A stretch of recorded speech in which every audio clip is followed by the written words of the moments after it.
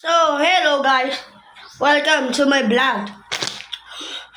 Ngayon, maghumukbang tayo magre-rate tayo ng bangus at cheese whiz. Cheese whiz. I-rate natin sila 1 to 10. Unahin natin ang... At syempre, bago tayo mag-umpisa, may tubig. Aqua pala yan. Aqua water market. Baka naman.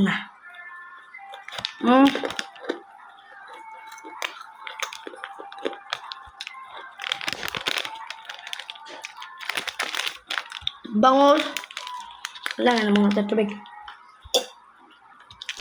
Bangus, may pagka-maasim siya na may salty. Kaya re-rate natin siya ng 10/10.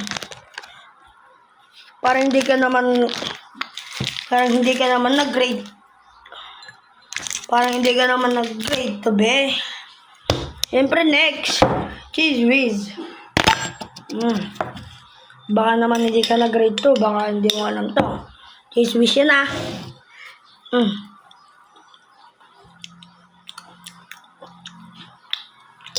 May pagka salty. May pagka-maasim siya na parang yun. Kaya re-rate natin sa Magnolia cheese whiz. Magnolia baka naman.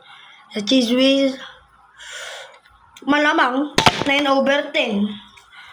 Magbigay ko lang 9 ng 10. Kaasim-asim.